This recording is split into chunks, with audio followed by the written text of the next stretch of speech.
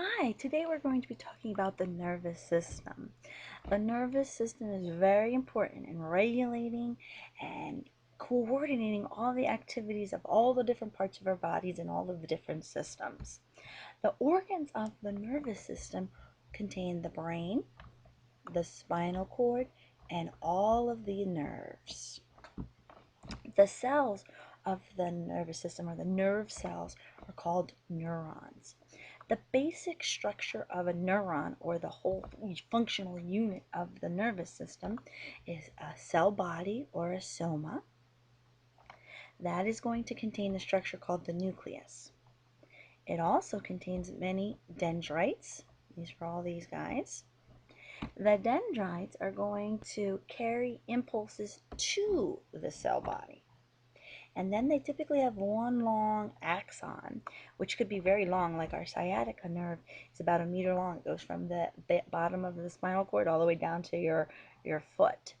Okay, and that is going to conduct messages away from the cell body. So dendrites are going to receive, it's going to bring the information to the soma or the cell body, and then the message that needs to be sent to the body is going to leave through the axon.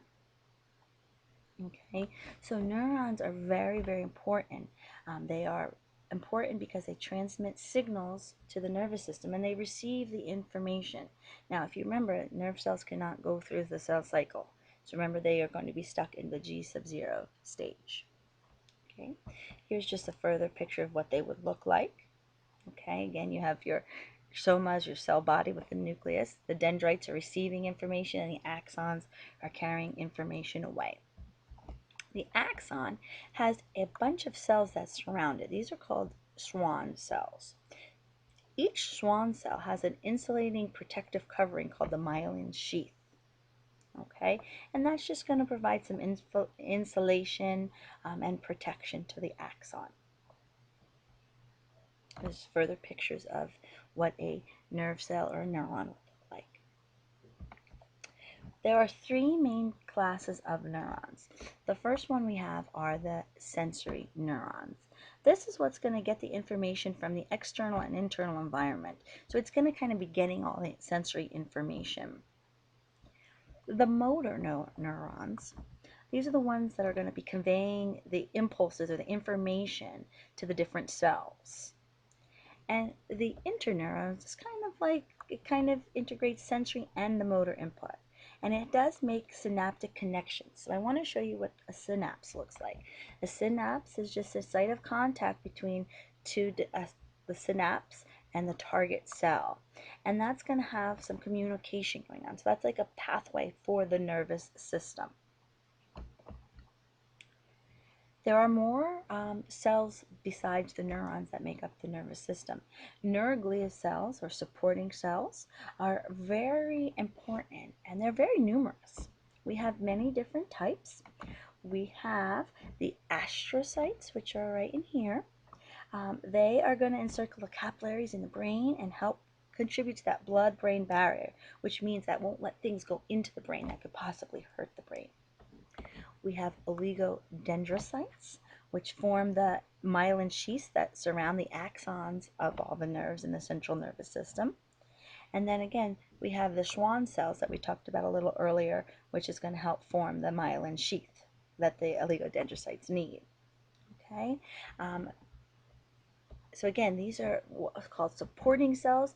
They kind of provide reinforcement, protection, insulation, and they help the neurons. They don't necessarily carry the nerve impulses like the axon would do for the neuron.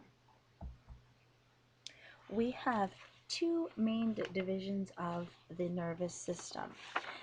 The central nervous system contains the brain and the spinal cord. The peripheral nervous system we'll talk about later is all the nerves that radiate out of that. But now we're going to be talking about the central nervous system. So, inside of the brain, there are what are called meninges. This is just protective layers of connective tissues, about 3 different layers that is going to cover the brain and also the spinal cord. Okay. As far as the parts of the brain goes, we do have a hindbrain, Okay, and we will learn a little bit more about the pons in a second. That's what's going to actually help control the respiration, but I will show you that on another picture. Okay, so on the brainstem, we have this medulla oblongata. That's also going to help control breathing. It's going to control the heart rate and some glandular secretions. The pons, okay, again, controls respiration. Okay. We have a big part which is called the cerebrum, okay, and that's going to be auditory, visual, sensory, motor, consciousness, language, emotions, memory, and each part of the brain will deal with a different part of that. We have the cerebellum, okay, and this is going to produce the skilled movements that coordinates the muscles. It's going to help maintain your balance, your posture, your hand-eye coordination.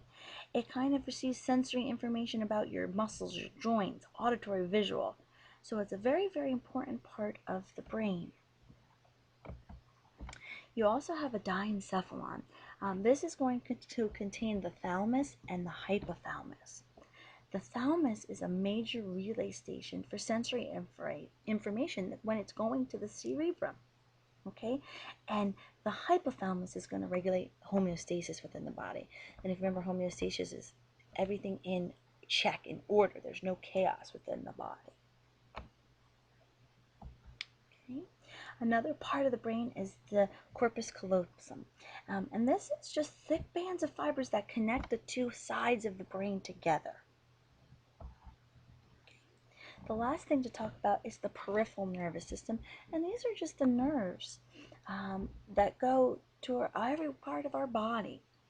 Again, the central nervous system is the brain, the spinal cord, okay? And then the peripheral is all the radiating nerves. There are sensory and motor nerves, if you remember that from before. And we do have two types. We have a somatic nervous system and an automatic nervous system.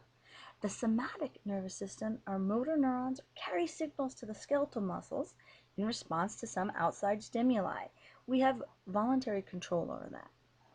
Autonomic nervous system kind of regulates internal parts of the body by kind of coordinating the smooth and the cardiac muscles of all of our organs. So it's involuntary control. Okay? If anyone has any questions, please see me tomorrow in class.